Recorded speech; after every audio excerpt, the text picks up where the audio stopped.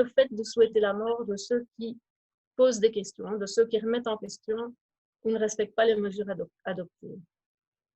Alors, qu'est-ce qu'on peut dire sur la question des droits fondamentaux?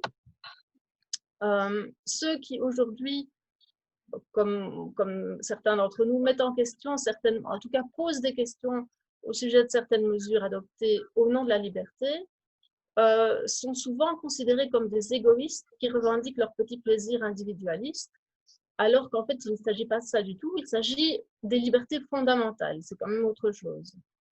Alors, on sait tous que nos libertés s'arrêtent quand elles portent atteinte aux droits d'autrui, mais aujourd'hui, le problème qui se pose, à mon avis, c'est qu'on ne fait plus appel à la conscience de chacun, ni au droit, ni à la délibération démocratique pour régler les conflits entre les droits des uns et les droits des autres. Aujourd'hui, on nous impose une solution éthique sur base d'une expertise épidémiologique, ce qui n'a pas de sens. Et cette solution éthique, elle peut être résumée en une seule maxime. On pourrait énoncer cette maxime de la façon suivante. Seul celui qui respecte les mesures sanitaires à la lettre agit véritablement pour le bien collectif. Alors, selon moi, cette solution éthique, c'est une solution sans nuance, sans exception, sans cas particulier, sans cas de conscience. Donc, c'est une solution éthique totalitaire qui prétend répondre à toutes les situations individuelles, mais sans laisser intervenir la liberté et la conscience individuelle. Je prends un exemple. Est-ce que le mieux pour ma grand-mère en fin de vie, c'était vraiment que je ne vienne plus la voir, que je lui cache mon visage ou que je ne lui prenne plus la main pendant 8 mois, sous prétexte de lui sauver la vie?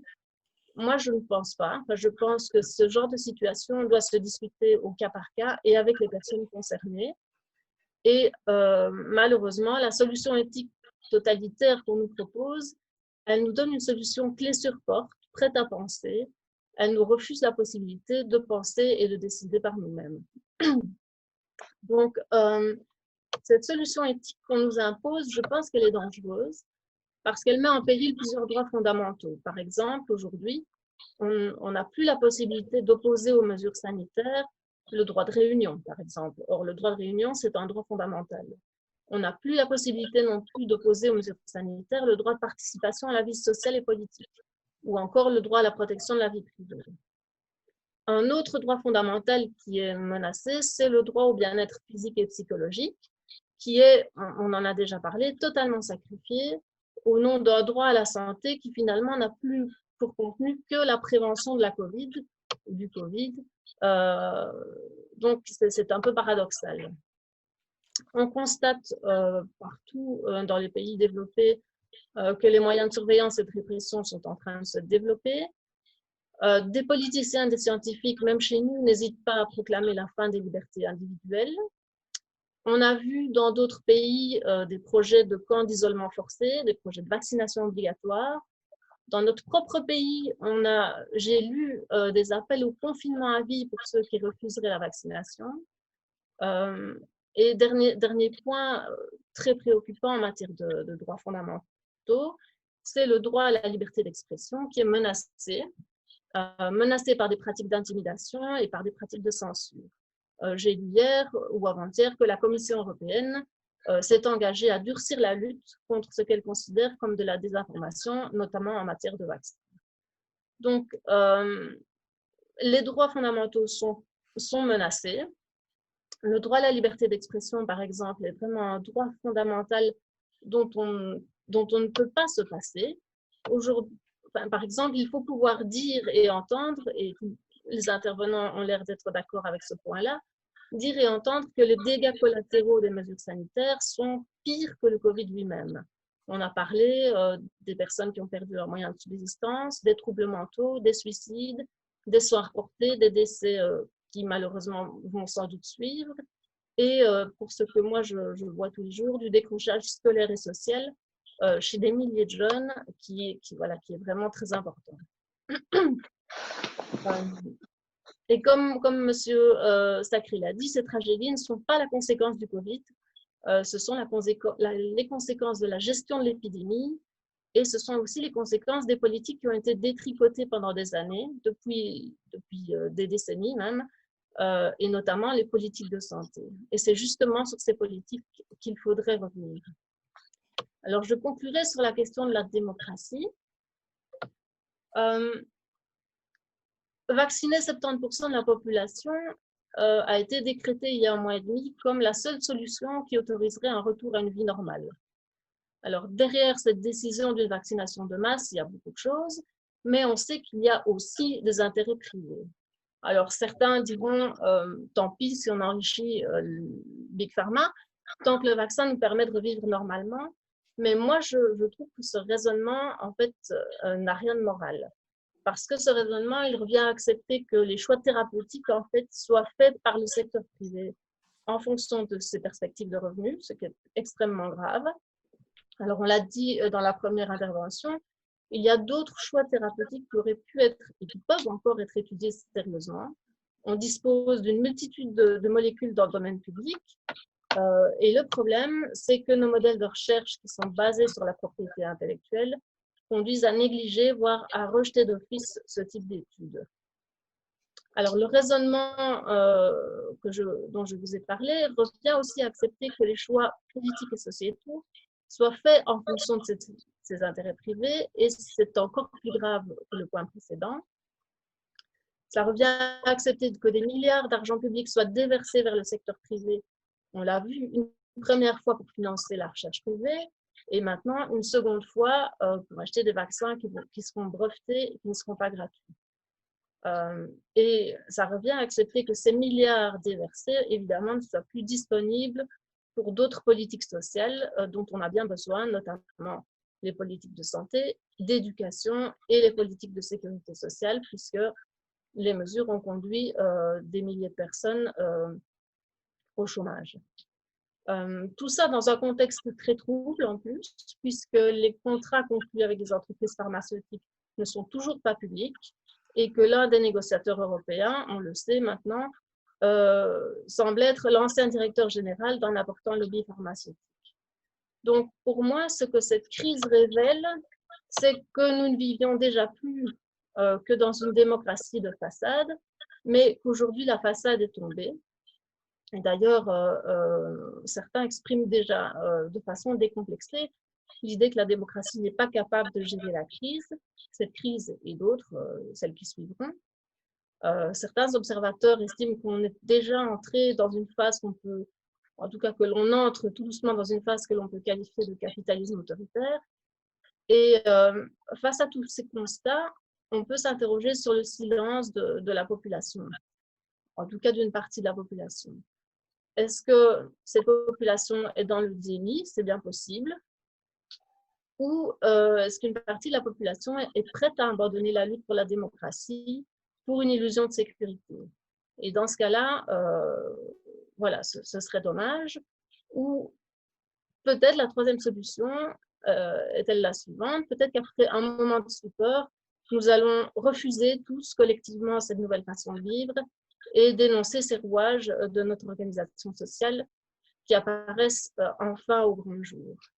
On verra, et voilà, je ne sais pas, wait and see, comme on dit. Voilà, j'ai terminé.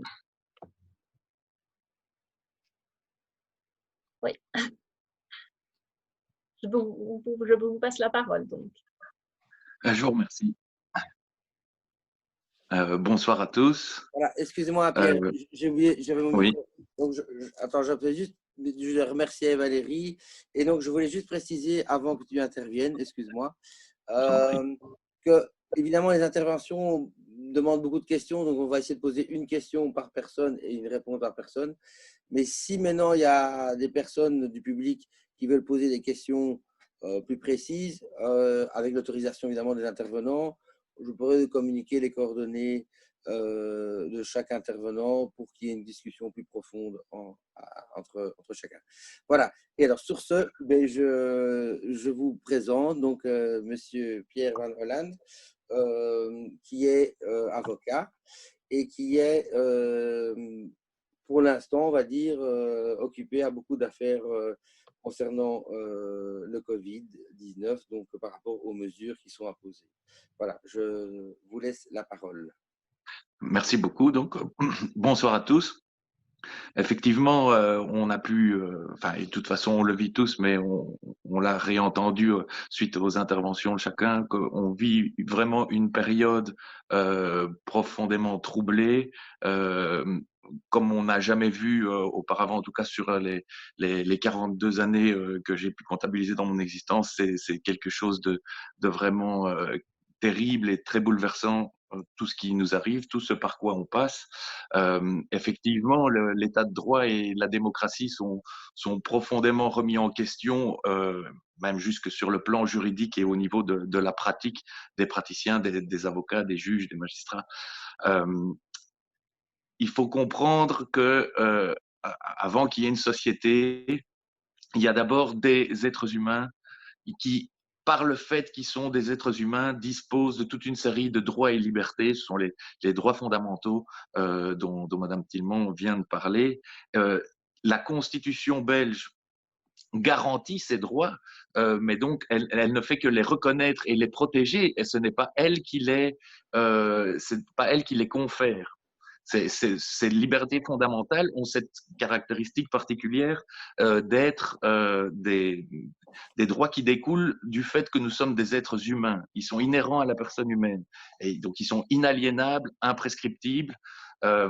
Mais bien sûr, dans une société où différentes personnes sont amenées à coexister ensemble, eh bien, il faut pouvoir trouver des points d'équilibre. Et c'est pour ça que la Constitution laisse le soin au législateur et au seul législateur la possibilité d'apporter certaines restrictions dans certains cas et avec certaines limites. Et encore, il y a, parce que la Constitution ne vise pas toujours expressément certains droits, mais ça se complète avec les conventions internationales comme la Convention européenne des droits de l'homme. Le droit à la vie, qui est protégé par l'article 2 de la Convention européenne des droits de l'homme, fait partie de ces droits qui ne peuvent subir aucune limite, bien que la Convention européenne des droits de l'homme reconnaît qu'en temps de guerre, évidemment, quand on fait la guerre, on est parfois amené à tuer. Je voulais repasser par là parce que chaque fois que le législateur peut intervenir quand la Constitution lui en laisse une place, elle doit, les mesures qui sont prises sont toujours d'interprétation restrictive. On ne peut jamais étendre on ne peut pas interpréter une mesure qui est prise pour limiter la liberté individuelle. On ne peut pas en faire une interprétation extensive pour, par analogie, limiter encore d'autres choses. Non, la liberté, c'est la règle.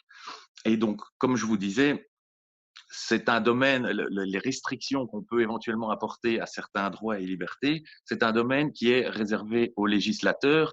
Et une des grandes problématiques en matière de mesures Covid est que ce sont toutes des mesures. Alors, pendant le premier confinement, il y a eu une loi de pouvoirs spéciaux qui a pu permettre au pouvoir exécutif de valablement prendre un nombre de mesures. Ce que j'appelle le pouvoir exécutif, c'est le gouvernement, c'est-à-dire les ministres. Ici, maintenant, donc cette loi de pouvoirs spéciaux a pris fin le 30 juin. Maintenant, ici, dans la problématique actuelle des nouvelles mesures qui ont commencé notamment par la fermeture de l'Horeca le 19 octobre dernier, toutes ces mesures sont prises par des arrêtés ministériels du ministre de l'Intérieur.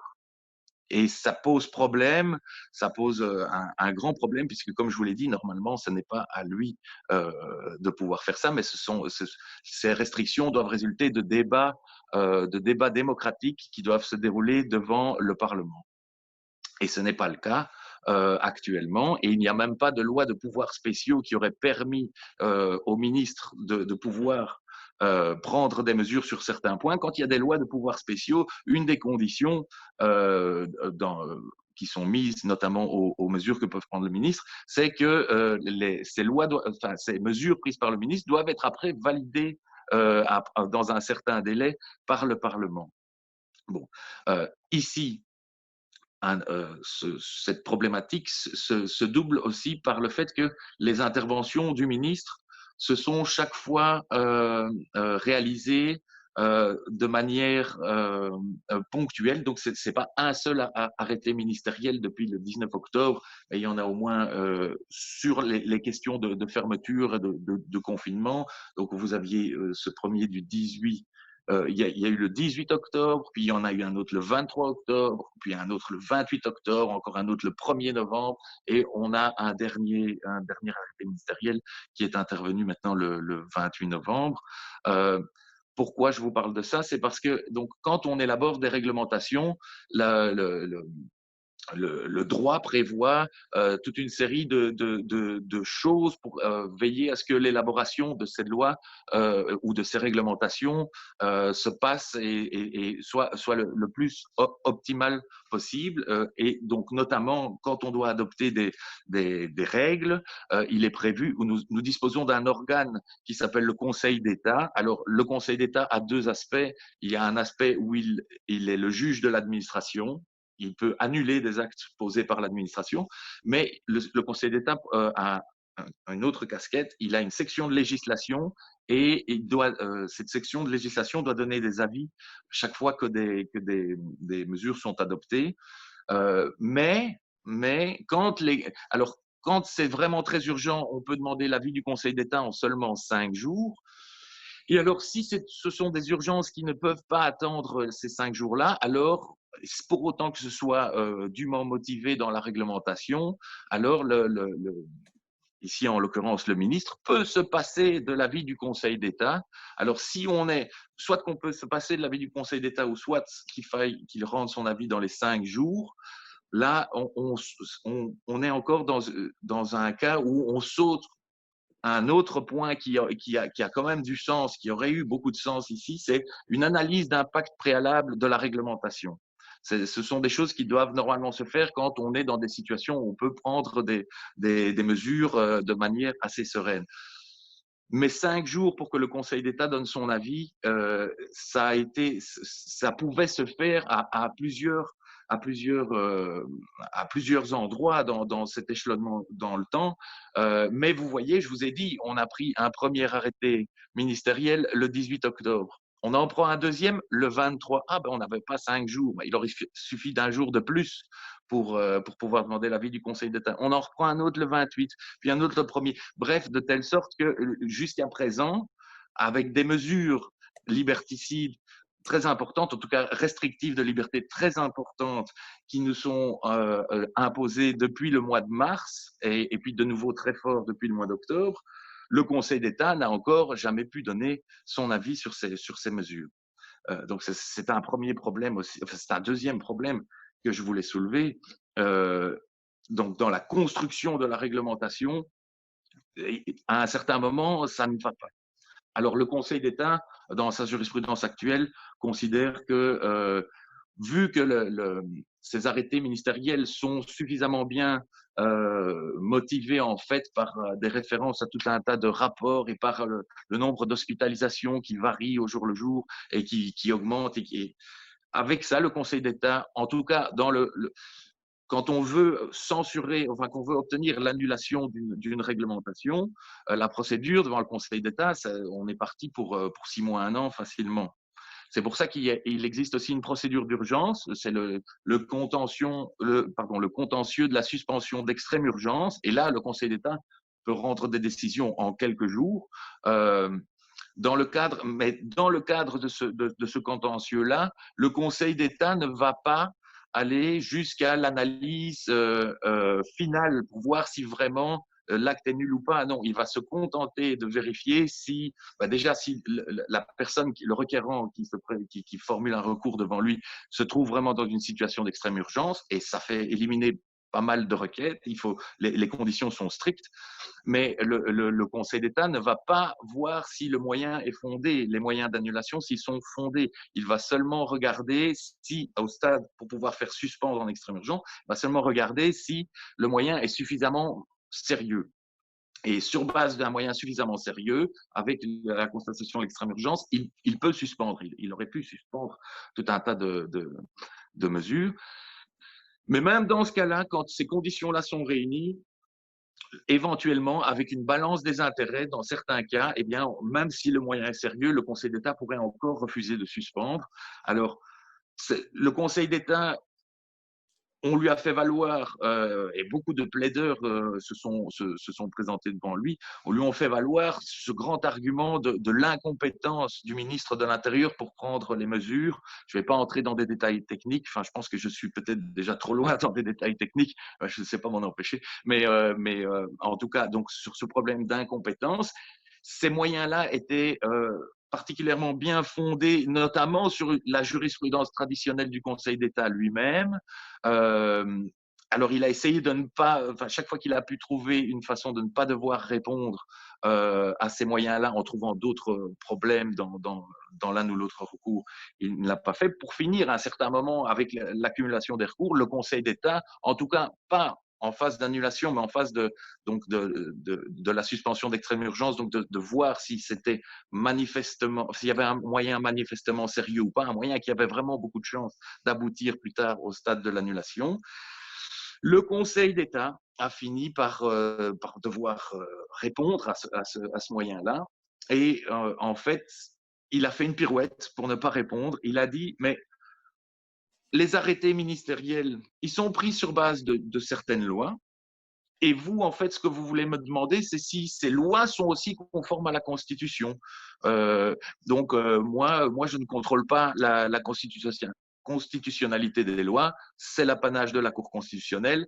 Les arrêtés ministériels ont une base légale. Après, de savoir si cette base légale elle-même respecte les normes qui sont supérieures, à savoir la Constitution, je m'en lave les mains. Enfin, ce n'est pas mon problème.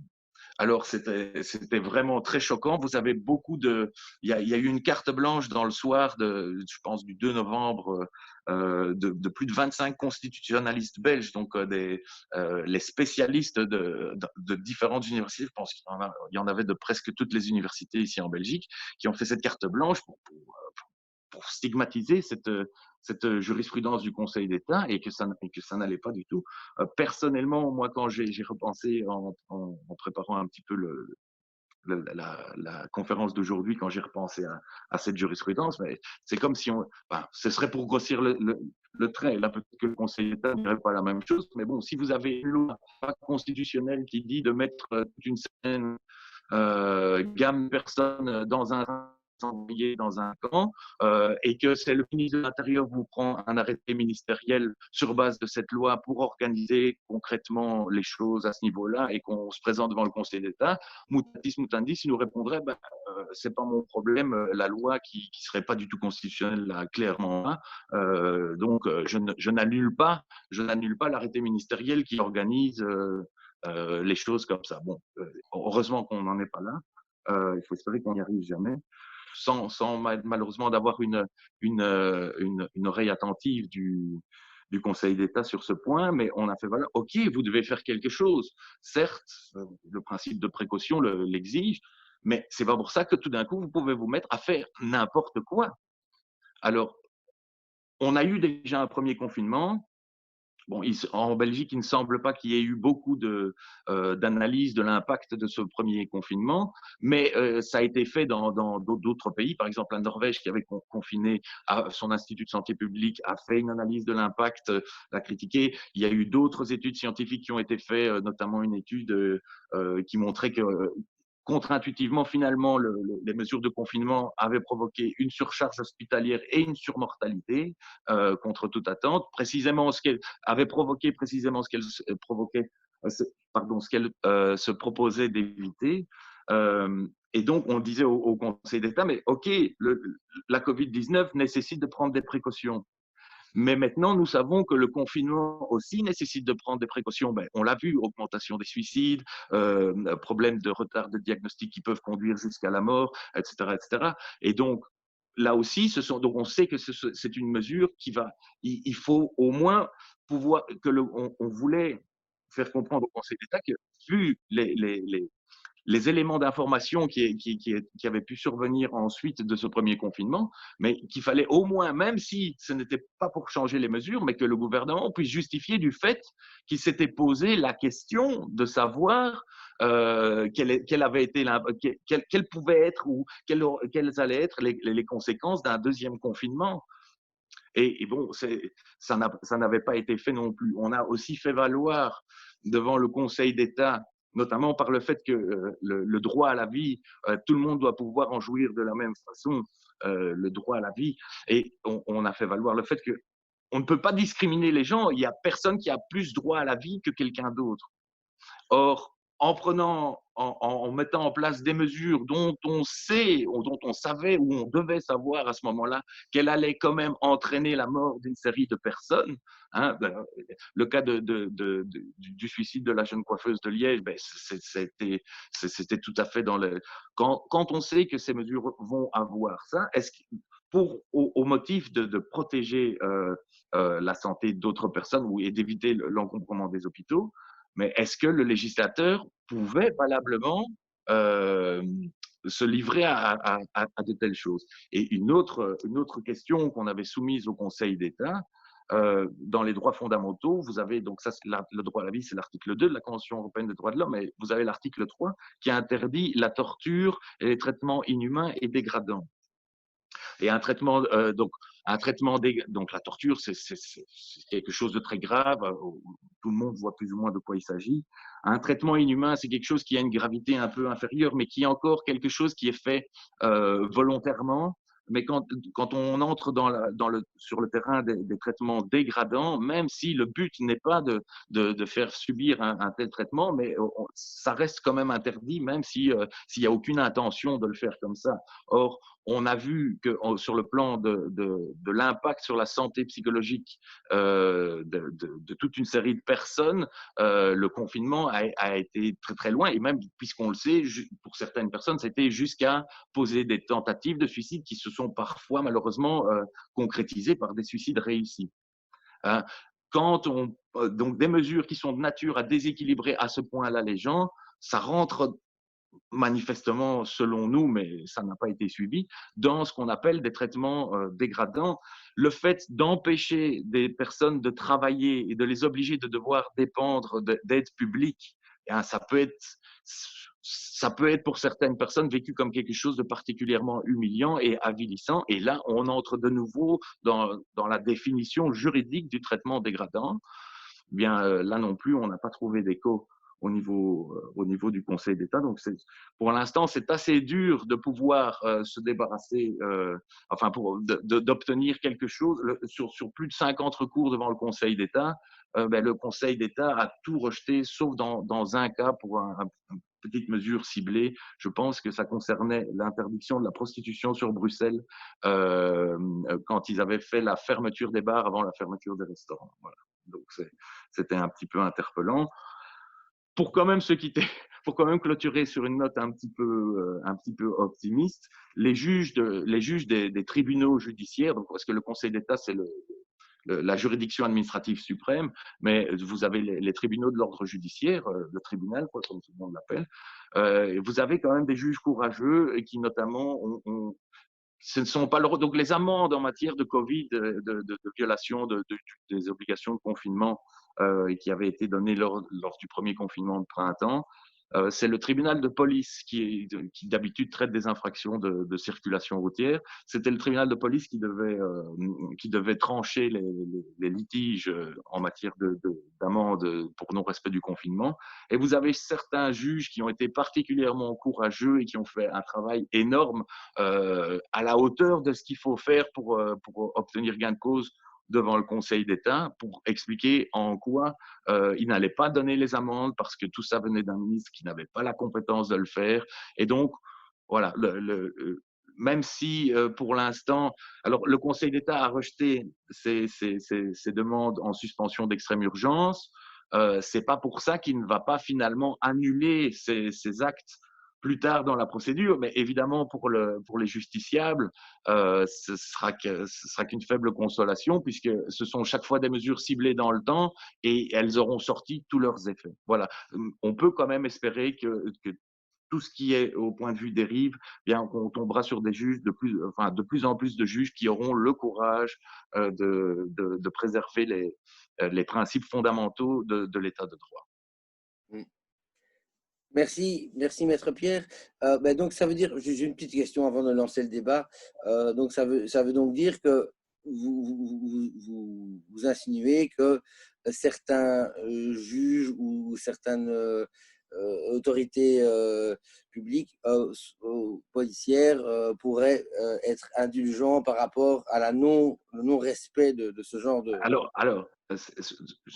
Donc, je ne veux pas dire que certains pourraient être indulgents. Je veux dire qu'il existe des argumentations juridiques qui permettent valablement de ne pas donner, de ne pas infliger les amendes. Il y a notamment donc, un juge du tribunal de police de Charleroi. C'est un jugement qui a circulé beaucoup partout. En fait, je pense que tous les avocats et tous les magistrats ont dû le lire. Moi-même, je m'en suis beaucoup inspiré pour développer le moyen tiré de l'incompétence du ministre de l'Intérieur parce que tout était déjà bien rédigé là-dedans. Et ce juge-là, fort de cette constatation, c'est pas qu'il a été indulgent, c'est simplement que d'après cette analyse-là qu'il a fait sienne, il a considéré qu'il n'y avait pas d'amende à mettre parce qu'elle n'était pas légale. Mais donc ça veut dire que ça donne un message à la population. Je ne voudrais pas faire ça. Je ne voudrais pas donner un message à la population de ne pas respecter les mesures. Hein. Mais c'est un peu ambigu. C'est un peu ambigu parce que du coup, on se dit, est-ce qu'il y aura des recours? Est-ce que si on ne respecte pas le… Enfin voilà, c'est une question personnelle. Mais je voulais juste pour terminer avec ça aussi, par rapport à ce que vous venez de dire, qui est effectivement parfois très précis. Est-ce que vous pensez qu'il y a une dérive de pouvoir, qu'il y a un abus de pouvoir du gouvernement pour l'instant? Le fait qu'il ne fasse pas appel au Parlement oui, moi, donc, des arrêtés ministériels? On nous annonçait une deuxième vague déjà avant la fin du premier confinement. Et donc, on aurait très bien pu travailler sereinement au niveau du Parlement à faire une loi cadre qui prévoyait de donner, peut-être même de déléguer certaines compétences aux ministres dans certaines situations, si on atteignait certains seuils d'hospitalisation, de contamination ou de décès. On avait tout le temps de préparer ça en demandant l'avis du Conseil d'État, en faisant les études, les analyses d'impact de la réglementation que la réglementation allait avoir. On pouvait le faire sereinement sur tous les mois qui se sont écoulés. Au lieu de ça, le ministre… Et d'ailleurs, la motivation de l'urgence, elle est chaque fois un petit peu adaptée au nombre d'hospitalisations, puis chaque fois de plus en plus développée, mais c'est chaque fois la même en copier-coller. Et donc, quelque part, c'est créé artificiellement d'après moi, hein, et ça n'engage que moi, mais je trouve qu'on a créé, en tout cas pour les mesures qui ont été prises depuis le mois d'octobre, on a créé artificiellement une urgence. Il n'était plus justifié pour moi de se passer de l'avis du Conseil d'État. L'urgence ne venait que du fait que finalement, on attendait la dernière minute pour envisager des mesures. Ok. Un grand merci, Monsieur Van Holland. Voilà. Donc maintenant, nous sommes… je remercie un peu tous les intervenants qui nous ont fait leur intervention. Maintenant, on va passer aux questions du public. Bon, on a un petit peu débordé comme c'était prévu. Mais donc, voilà, nous avons eu entre 1 heure et 1 heure et demie. Voilà, on va voir si tout le monde tiendra le coup. Mais voilà, donc je propose maintenant au public, très nombreux, de poser ces questions à partir de maintenant. Je prendrai en compte. Donc, c'est une question par personne. Et une fois que tout le monde a posé sa question, à mon avis, comme il y a 126 personnes, si tout le monde pose sa question, ça va être compliqué, mais je prends une question par personne, et je la pose. Donc voilà, c'est parti. Je vous lis. Alors, nous avons déjà… alors ici, première question de Monsieur Yves du Creuset. Donc voilà, il a posé 3 questions. Bon, on va essayer d'en poser que la première parce que voilà, on va essayer d'être un peu équitable. Donc là, Monsieur du Creuset demande si vous étiez décideur, quelles seraient précisément les mesures que vous adopteriez à court terme cet hiver. Voilà, déjà la première question. Bon, je vais poser la deuxième. Et comment géreriez-vous la saturation rapide des hôpitaux et l'épuisement du personnel de santé et donc toutes les conséquences délétères que cela aurait sur les autres pathologies qui ne pourraient plus être traitées et détectées correctement. Voilà, il y a deux questions. Donc, la première, en tant que décideur, que prendriez-vous comme mesure pour, à court terme pour cet hiver? Et la gestion, la saturation des rapides hôpitaux, l'épuisement du personnel et les conséquences délétères que cela aurait sur les autres pathologies qui ne pourraient plus être traitées. Voilà. Il y a deux questions. Moi, je vais bien répondre sur, en tout cas, une chose que je ferai. Par rapport à la première, la deuxième? Par rapport à la première question, d'accord. Les décideurs. Alors, d'abord, c'est deux choses, mais qui sont liées. C'est réhabiliter, mais avec des médias. Alors, il faut vraiment… c'est un peu une question, un fantasme. Bon. En tout cas, réhabiliter tous les traitements qui ont été soit diabolisés de façon injuste, soit complètement ignorés ou méprisés. Donc, réhabiliter tous les traitements. Et ce n'est pas que l'hydroxychloroquine. Il faut savoir que sur l'hydroxychloroquine, beaucoup de médecins encore, parmi les généralistes, croient encore, sont encore à cette fameuse étude du Lancet qui pourtant a été débunkée, qui pourtant a été bien démolie. Néanmoins, dans l'esprit puisque le gouvernement, lui, a laissé cette information, il n'est pas revenu dessus, il y a encore beaucoup de médecins qui croient que l'hydroxychloroquine, c'est dangereux, médicament qui a 70 ans de pratique, et qui est prescrit dans énormément de pathologies. Tous les médicaments sont dangereux, le paracétamol est dangereux, on a parfois des insuffisances hépatiques sévères sur le paracétamol. Est-ce que le gouvernement a interdit le paracétamol? Non. Donc, il faut vraiment casser cette peur qu'il y a au niveau de ce médicament, par exemple. Et enfin, donc, il croit que c'est dangereux et il croit que c'est inutile. Et là encore, quand on a l'expert mondial de l'hydroxychloroquine, qui est donc ce professeur Raoult, qu'on peut critiquer, qu'on peut évidemment, dont on peut souligner certains aspects arrogants et tout ça, néanmoins, c'est l'expert mondial de l'hydroxychloroquine, des pandémies, des coronavirus. Et voilà, il faut l'écouter, quoi. Et encore, c'est loin de se limiter à ce médicament. Et je rappelle que la thérapie qui a été prouvée, non, on va dire, mais en même temps, empiriquement, oui, comme potentiellement efficace, c'est hydroxychloroquine associée à un antibiotique. Et je crois que l'antibiotique est important. Et enfin, avec du zinc. Mais au-delà de ça, il y a énormément de choses. On risque de déborder si on en parle. Et c'est loin de se limiter à la vitamine D3. Mais en même temps, on pourrait parler de la vitamine D3. Tous les Belges sont carencés en vitamine D. Et la vitamine D, c'est un élément essentiel du système immunitaire. Et on vient encore à qu'est-ce qui nous aide à nous défendre des infections virales? C'est le système immunitaire, ce n'est pas les vaccins. D'ailleurs, un vaccin ne traite pas l'infection. Un vaccin va aider le système immunitaire à réagir mieux à une éventuelle réinfection. On revient toujours à ce fameux système immunitaire. D'ailleurs, donner un vaccin à quelqu'un dont le système immunitaire sera déficient, c'est très mauvais. Ça peut même être dangereux. Donc, on revient toujours à ce système immunitaire. C'est incroyable que des virologues qui connaissent peut-être bien les virus, mais alors ils doivent également bien connaître le système immunitaire, disent qu'il n'y a rien à faire par rapport à cette maladie. Dire c'est faux. Il y a énormément de choses à faire. Donc, réhabiliter tous ces traitements dont les 3/4 sont naturels parce qu'avant même de prendre l'hydroxychloroquine, tout le monde ne doit pas prendre de l'hydroxychloroquine. Ou cette fameuse association hydroxychloroquine, antibiotique, zinc, ça, c'est pour des personnes à risque, sous supervision médicale, donc d'un médecin généraliste correctement informé, pour ne pas évoluer vers une forme grave. Parce que qu'est-ce que va faire cette association?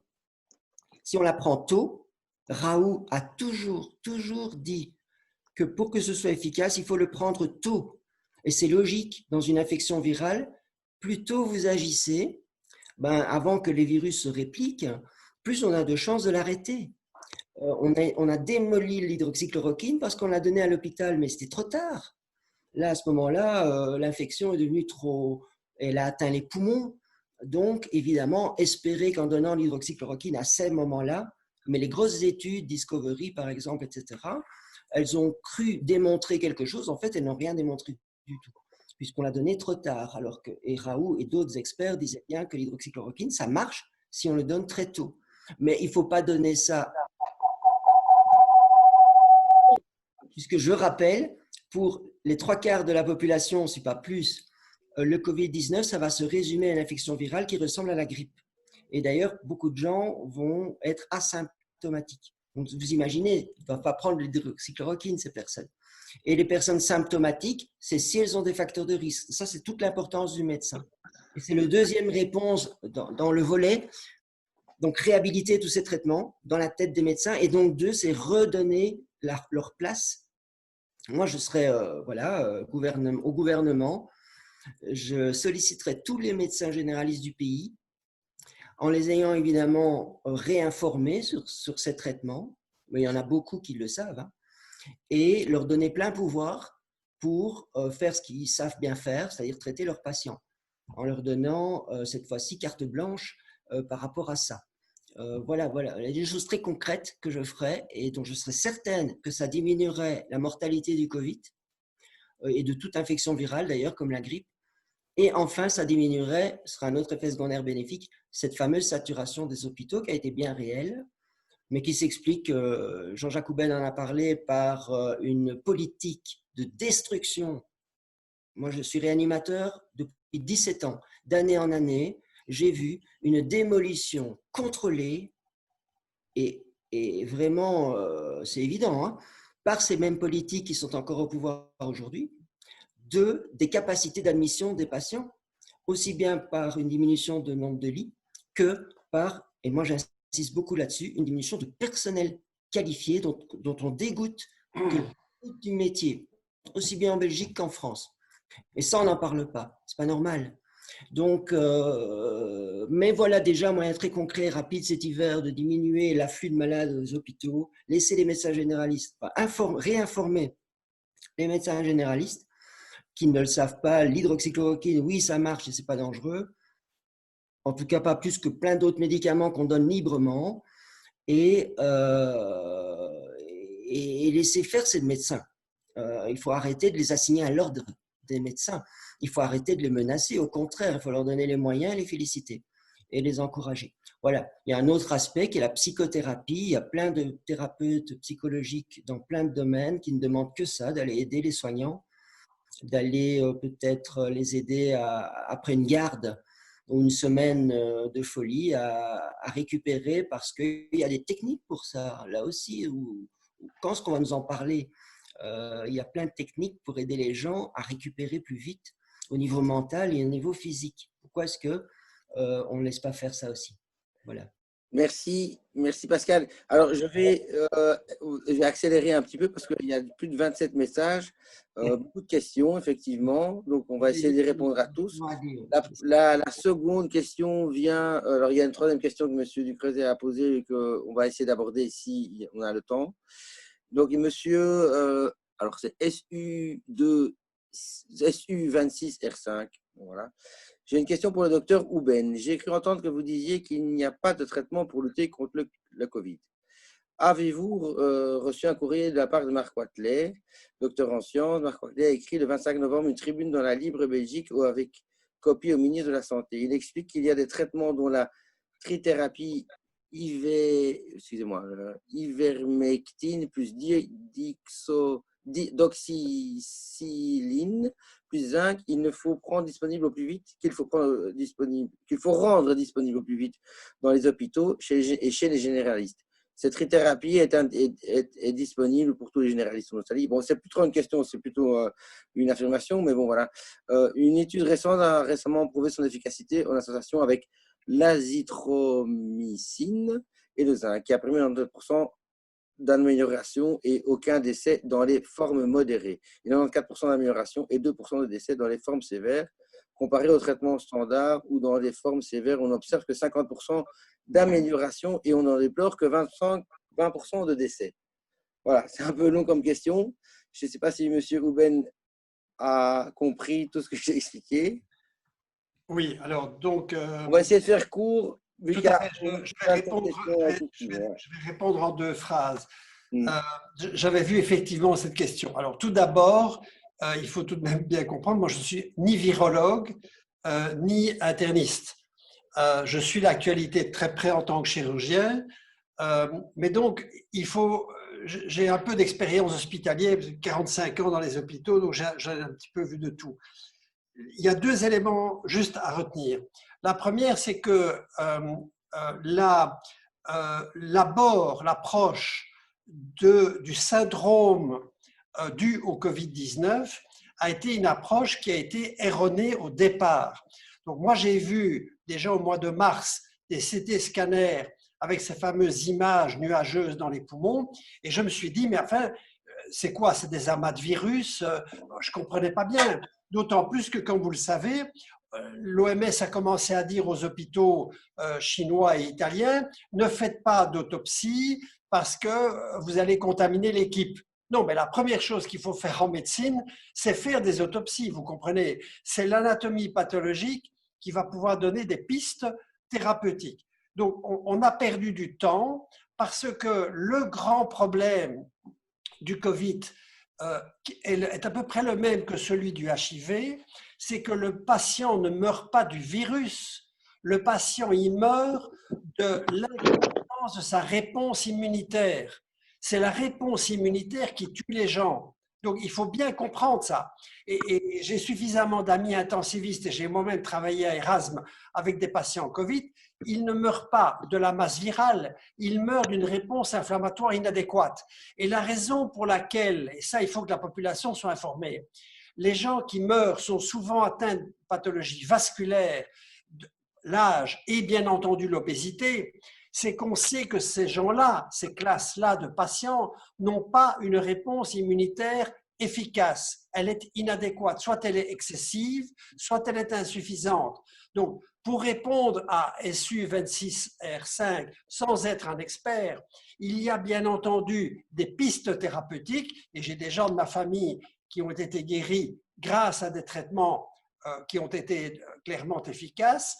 Il y a des pistes, il y a des traitements, on va dire, marginaux, symptomatiques, anti-inflammatoires qui sont essentiels. Donc, on a fait des progrès, mais on n'a toujours pas compris non seulement d'où vient le virus, on ne le sait pas, et on ne sait pas la manière dont il mute, ce n'est pas clair, il y a énormément de mutations, et on ne sait pas non plus comment la physiopathologie du virus dérègle notre réponse immunitaire. Ça, on n'a pas encore tout à fait compris. Si on comprend ça, on va agir sur les médiateurs de l'inflammation, comme on l'a fait par exemple à un moment donné pour l'hépatite C, et là, on va faire un bond en avant. C'est ma seule réponse de culture médicale générale. Mais j'ai vu d'autres questions qui sont posées à l'ensemble des intervenants. Que feriez-vous si vous étiez à la manœuvre? Alors, rassurez-vous, je pense que tous les conférenciers de ce soir ne sont pas des gens qui palabrent et qui ne sont pas prêts à prendre leurs responsabilités. La première chose qu'il faut faire, quand on n'a pas le traitement, c'est le cas de la polio, de la rougeole. Il y a des millions d'enfants qui sont morts de la rougeole et de la pneumonie rougeoleuse en Afrique centrale et encore récemment. Il faut que les gens soient informés. Or, l'État n'a pas mis dans ses priorités fondamentales le dépistage, c'est-à-dire informer les gens, vous êtes positif, pas positif, porteur, pas porteur. Comment voulez-vous qu'une école puisse gérer en temps réel la dissémination et la contamination si on ne parvient pas à avoir des tests, que les tests sont souvent avec des faux positifs, des faux négatifs, ils arrivent trop tard, le test est fait, on n'a pas l'information. Moi, je suis médecin, je me suis arraché la tête depuis des mois pour que mes enfants, les gens de ma famille puissent être testés. C'est fondamental. Et donc, la priorité, tant qu'on n'a pas le traitement immunitaire, la priorité, c'est le dépistage. Il faut que tout le monde puisse être dépisté, patient, porteur, contaminant ou pas. C'est fondamental et j'espère que Pascal Sacré est d'accord avec moi. C'est important qu'il commente ma réponse. Voilà, j'ai dit. Moi, j'ai une petite, par rapport à la trithérapie proposée ici, l'ivermectine n'est pas disponible en Belgique. Donc, c'est un traitement qu'on ne pourra pas prescrire en Belgique. Par contre, le plaquenil, l'hydroxychloroquine, le doxycycline et le reste, tout est disponible en Belgique. Mais l'ivermectine… Excusez-moi, Catherine, l'ivermectine est disponible en soins en crème. Oui, mais pas non, l'ivermectine n'est pas disponible en Belgique, il faut alors la prescrire en prescription magistrale. Ça, il suffit, excusez-moi, d'adapter la réglementation. Non, c'est très compliqué, oui, mais elle n'est disponible qu'en poudre, hein, et donc elle n'a pas de... Et donc c'est un peu compliqué parce que si on commence à le traiter, mais il y a les autres traitements, il n'y a pas que ça, quoi. Alors moi, je ne suis pas tout à fait d'accord avec ton dépistage. Je crois qu'il faut dépister les gens à risque, il faut dépister les gens symptomatiques, mais les gens, il ne faut pas dépister le tout venant. Je pense qu'il faut rester médical. Le test de dépistage doit rester un acte avec une prescription médicale et ça doit rester accompagné d'une clinique. Je pense que le test de dépistage ne peut pas être délivré de façon à la population en général. Ça doit être sous prescription médicale et parce qu'on peut avoir un test positif et ne pas être porteur du virus. Et donc, il faut savoir aussi différencier et il faut continuer à examiner ces patients. Et ça, c'est quelque chose qu'on n'a pas permis durant la première vague. Les médecins ne pouvaient plus examiner leurs patients, ils devaient faire des consultations téléphoniques. Et ça, pour moi, ce n'est pas de la médecine. On doit continuer à voir nos patients. Merci Catherine. Je continue et j'enchaîne hein, parce que donc, il y a beaucoup de questions. La première de Monsieur Eric Orani. Donc je lis. Hein, donc, étant donné qu'il y a plus de 11 millions d'habitants en Belgique et que nous arrivons à bientôt à 1 an de mesures sanitaires, ne pourrait-on pas considérer que les mesures auront sacrifié 11 millions d'années de vie humaine, en majuscule, et cela après seulement 1 an de mesures? De cette façon, n'y a-t-il pas moyen de facilement démontrer que le rapport bénéfice-risque n'est pas en faveur des mesures sanitaires mises en place? Point d'interrogation. Il n'y avait pas besoin d'attendre... Pour savoir ça et dire ça, il n'y avait pas besoin d'attendre aujourd'hui. Hein. Oui, voilà. Certains se posent la question, c'est bien d'avoir la réponse. En tout cas, une mesure, bien sûr, déjà c'est une première en médecine, d'avoir confiné tout le monde, les gens sains. D'ailleurs, c'est... On va essayer d'être concis, hein, parce qu'il y a encore 47 messages, mais voilà, je vous écoute. Non, il y en a d'autres qui veulent parler de ça. Mais non, pas de problème. Pour moi, c'est évident. Mais bon, que c'était bien pire et bien plus mortel que ce qui était censé traiter. Des confinements sélectifs, hein, je reviens là-dessus. Alors le dépistage, c'est vrai. C'est vrai. En même temps, pour une maladie infectieuse, néanmoins, j'ai beaucoup écrit sur, notamment, ça m'a valu beaucoup de problèmes. Sur le test PCR, je me suis renseigné énormément. Le problème, c'est que c'est un test qui peut fortement induire en erreur. Et là encore, on doit revenir effectivement sur la clinique. Et je rejoins tout à fait ce que Catherine a dit. C'est vraiment pour moi un scandale d'avoir là encore aussi empêché les médecins de faire leur travail. Et dans les maisons de repos, c'est un scandale. Il y a eu euthanasie pour moi. Il y a eu et bon, je pèse mes mots, tant pis, dans le sens où on a laissé mourir vraiment des personnes âgées. J'ai connu, en côtoyant des infirmières, je sais qu'il y avait tellement de peur que les soignants n'osaient plus rentrer dans la chambre d'une personne âgée. Et on l'attendait qu'elle meure. Et on mettait Covid alors qu'elle est peut-être morte de solitude, elle est morte de peur, elle est morte parce qu'on ne lui apportait plus. Vous savez, une vieille personne, il n'y a plus rien d'anodin. Et là, il y a eu énormément, dont il faudra reparler à froid, de tout ce qui s'est passé, mais il faut surtout éviter que ça se refasse là maintenant. On a tellement grossi la peur de cette maladie infectieuse, tout le monde va l'attraper et vous pouvez en mourir. Et on a montré des convois de morts à la télévision. Enfin, moi, je ne les ai pas regardés, mais on m'a raconté ça. En Italie, on a montré des convois de morts. Mais enfin, comment est-ce qu'on peut faire ça? Qu'est-ce que ça amène au niveau médical et scientifique de faire ça? Comment est-ce que les gens qui ont fait ça n'en répondent pas encore aujourd'hui par rapport à... Mais alors, évidemment, on peut comprendre que plus aucun médecin, enfin, il y en a... Mais moi, j'ai vu ça dans mon hôpital, hein, j'ai vu des médecins qui sont partis de l'hôpital, on ne les a plus vus.